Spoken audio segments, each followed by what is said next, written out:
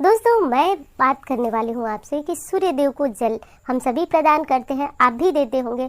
लेकिन सूर्य देव को जो जल देने का तरीका है, जो नियम है, या फिर कुछ ऐसी 3 चीज़ें बताऊंगी दोस्तों जो कि चमत्कारी हैं। और ये उपाय यदि आप अपने जीवन में सरकारी नौकरी पाना चाहते हैं, या फिर किसी कारण से आपको अपने परिवार में, अपने आसपास में, या फिर जहाँ आप काम करते हैं वहाँ आपको लगता है कि कोई आपकी इज्जत नहीं कर रहा, कोई आपका सम्मान नहीं कर रहा, तो निश्चित रूप से आप बिना कुंडली देखे समझ सकते हैं कि आपका सूर्य ग्रह कमज़ोर है। जिन बच्चों को सरकारी नौकरी की बहुत प्रयास कर रहे हैं, तैयारियां भी अच्छी हैं और उन्हें प्राप्त नहीं हो रही है सरकारी नौकरी, तो ये भी मैं बिना कुंडली देखे आपको बता सकती हूँ कि आपका सूर्य ग्रह कहीं ना कहीं कमज़ोर है, कहीं ना कहीं ऐसी स्थिति में है जहाँ पे उसका बल जो है वह क्षीण हो रहा है। और दूसरी चीज़ कि यदि व्यक्ति धन पाना चाहे तो भी इस उपाय को कर सकता है।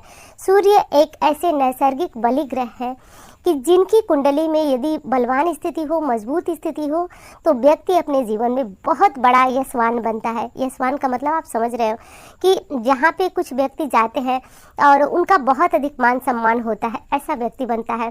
चारों तरफ उस व्यक्ति की यश कीर्ति फैली होती है, तो व्यक्ति ऐसा बनता है यदि कुंडली में सूर्य मजबूत हो तो। धन की स्थिति तो अच्छी रहती ही है, और किसी भी कामना के लिए यदि आप इस सूर्य देव की जो तरीका है जल देने का, उसमें बदलाव करते हैं, परिवर्तन करते हैं, तो निश्चित रूप से आपके जीवन की जो बुरी स्थिति है वो दूर हो जाएगी और सौभाग्य निश्चित रूप से जागृत होगा। करना यह है दोस्तों कि आपको सूर्य देव को जल देते समय कुछ विशेष जैसे कि सावधानियां रखनी है। सावधानियां सबसे बड़ी तो ये होती है दोस्तों कि जैसे हम सभी आपको कहते हैं कि भगवान की पूजा पाठ कभी व्यर्थ नहीं जाता है, ठीक उसी तरह से भगवान सूर्य नारायण को अर्पित किया हुआ जल, अर्घ जो है कभी भी निष्फल नहीं जाता है। कब निष्फल जाता है ये भी आप समझ लीजिए।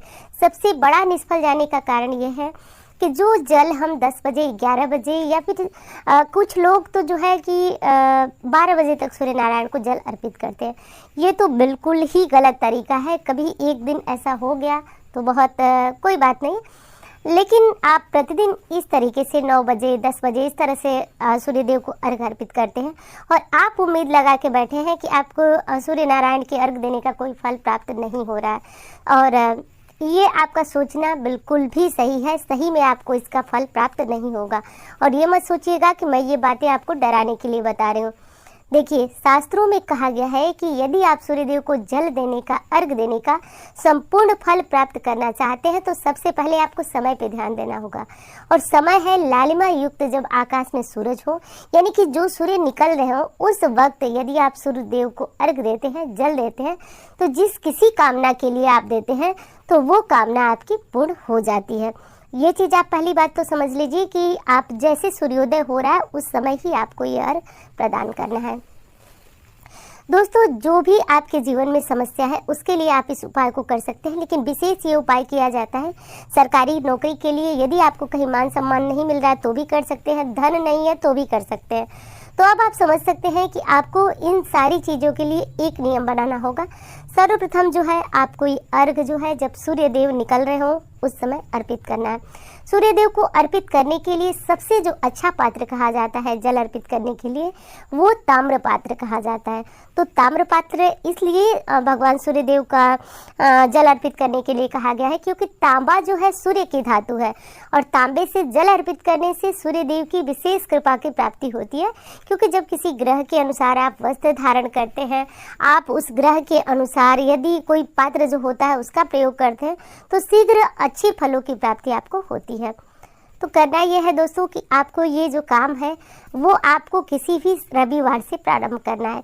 इसमें कोई शुक्ल पक्ष नहीं, कोई दिनों की वरीयता नहीं कि इस दिन से उस दिन से। और ये उपाय आपको कितने दिन करना है ये भी समझिए। आपको ये उपाय 41 दिनों तक करना है।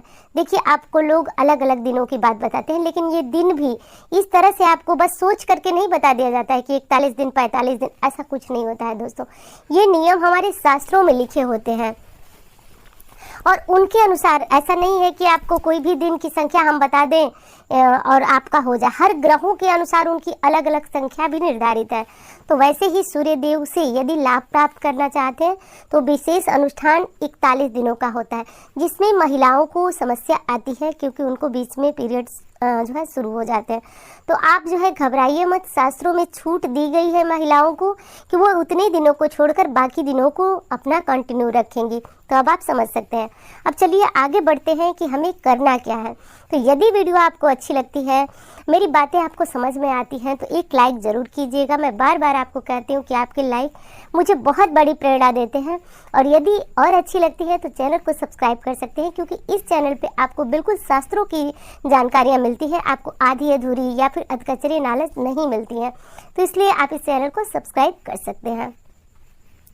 करना यह है कि ताम्रपात्र, जो कि मैंने पूर्व में बताया कि वो ले लीजिए, तांबे का लोटा ले लीजिए। और कुछ महिलाओं की शिकायत होती है कि सुहागिन महिलाएं तांबे के लोटे से जल अर्पित नहीं कर सकती। तो ऐसा बिल्कुल भी नहीं है दोस्तों। शास्त्र में महिला पुरुष के लिए एक ही पात्र का बताया गया है, प्रभावशाली पात्र, वो है ताम्रपात्र, उसे ले लीजिए। उसके बाद उस अर्घ के लोटे में आपको कुमकुम, जिसे रूली भी बोला जाता है, और अक्षत, इसे दोनों चीज़ों को डाल लें। और अगली चीज़ है दोस्तों दुर्वा।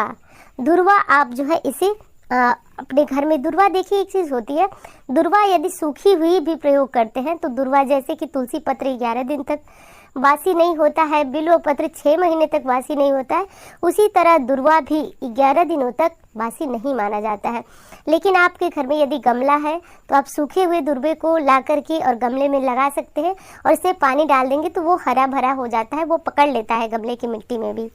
तो इसको कर सकते हैं। और थोड़ा सा दुर्वा तोड़ करके आपको इस जल के लोटे में डाल देना है। ये डाल करके दोस्तों, और आपको सूर्य नारायण को अर्घ देना है। तो अर्घ देने का समय, जो कि मैंने पहले बताया कि उगते हुए सूर्य को ही अर्घ दे। देखिए लेट से आप अर्घ देंगे तो ये जो उपाय बता रहे हो होगा, प्रभावशाली होगा, लेकिन आपको उस हद तक लाभ नहीं मिलेगा जिस हद तक मैं आपको दावा दे रही हूँ, कह रही हूँ। तो उस हद तक लाभ पाना चाहते हैं तो समय का बहुत ज़्यादा ध्यान रखना होगा। और जब आप ये उपाय कर रहे हो तो एक चीज़ का और ध्यान दें कि आप सूर्योदय तक यदि लेट तक सो गए तो समझिए कि आपका किया गया सारा जो उपाय है वो छिड़ हो जाएगा। तो वैसे ही सूर्योदय के समय आपको जब जल प्रदान करना है तो सूर्योदय के बाद तक आपको सोने का प्रश्न ही नहीं उठता है। इस उपाय को करते समय आप जो वस्त्र धारण करेंगे वो भी लाल रंग का होना चाहिए, क्योंकि मैंने बताया कि सूर्य की जो धातु होती है तांबा होती है, लाल रंग की होती है। और जब आप वस्त्र भी धारण करेंगे तो लाल रंग का करेंगे। और यदि आप चाहें तो लाल रंग का जो कुमकुम होता है उसके स्थान पे लाल चंदन का भी प्रयोग कर सकते हैं। तो ये 3 वस्तुएं दुर्भाग्य को सौभाग्य में बदल देती हैं। अब सूर्यदेव को जल देते समय आप जो मंत्र पहले से जपते आए हैं, कोई नया मंत्र मैं बताऊंगी नहीं, ओम घृणी सूर्याय नमः जप सकते हैं, ओम सूर्यदेवाय नमः जप सकते हैं, ओम आदित्याय नमः जप सकते हैं। वो आपकी इच्छा पर निर्भर है। पुरुष लोग जो है गायत्री मंत्र का जप करें, क्योंकि गायत्री मंत्र बहुत हद तक प्रभावशाली बताई गई है। और शिव पुराण में भी इसके बारे में, गायत्री मंत्र के बारे में चर्चा है कि जो पुरुष नित्य संध्या पूजन गायत्री मंत्र से करते हैं उनकी शक्ति जो है वो बहुत हद तक ऐसी हो जाती है कि वह मृत्यु के पर्यंत शिव लोक में ही जाते हैं। तो गायत्री मंत्र की महिमा अलग है। लेकिन महिला ओम घृणी सूर्याय नमः, ओम सूर्य देवाय नमः, कोई जो मंत्र आपको समझ में आए वो मंत्र आप जपें। इसलिए मैं मंत्र नहीं बता रही हूँ कि आप जरूर सूर्य को जल देते होंगे और पहले से कोई ना कोई मंत्र जपते होंगे, तो आप उसी मंत्र से अभी जल दीजिए। बस समय में बदलिए और पात्र बदलिए, वस्त्र बदलिए, और जो चीज़ें 3 चीज़ें मैंने बताई वो बदलिए। दुर्वा भी आपको बड़ी आसानी से प्राप्त हो जाती है। तो इस उपाय को आप कर सकते हैं। अब अगली चीज़ जो है आपको ये ध्यान देना है कि कुछ लोग कहते हैं कि क्या शनिवार को सूर्य नारायण को जल देना नहीं देना चाहिए। तो ये बिल्कुल भी गलत है। इसका शास्त्रों में कहीं कोई प्रमाण नहीं है। सूर्यदेव प्रतिदिन हमें निकल करके हमारे जीवन में उजाला करते हैं, हमें अंधकार से जो है मुक्त करते हैं। तो हमें प्रतिदिन उन्हें जल देना चाहिए, चाहे शनिवार हो चाहे रविवार हो।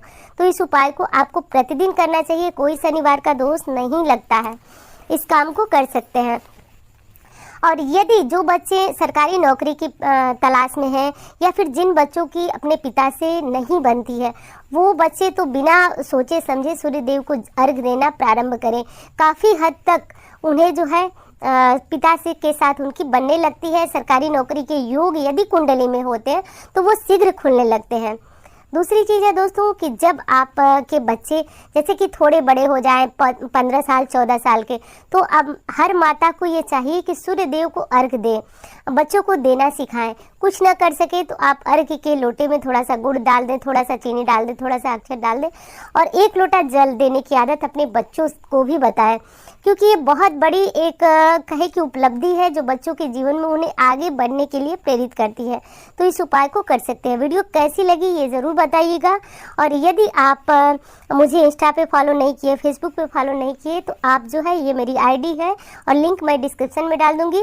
और यदि मेरा नंबर लेकर के कुछ ज़रूरी बातें आपको पूछनी है तो आप इस नंबर पे मुझे कॉल कर सकते हैं और वो मिलेगी आपको मेरी इंस्टाग्राम की आईडी पे। आप जाएंगे तो फेसबुक की पेज पे आपको मिलेगी, तो यहाँ से आप मेरे नंबर को ले सकते हैं। तो उम्मीद करती हूँ जानकारी आपको बहुत पसंद आएगी। मिलती हूँ इसी तरह के वीडियो के साथ। धन्यवाद।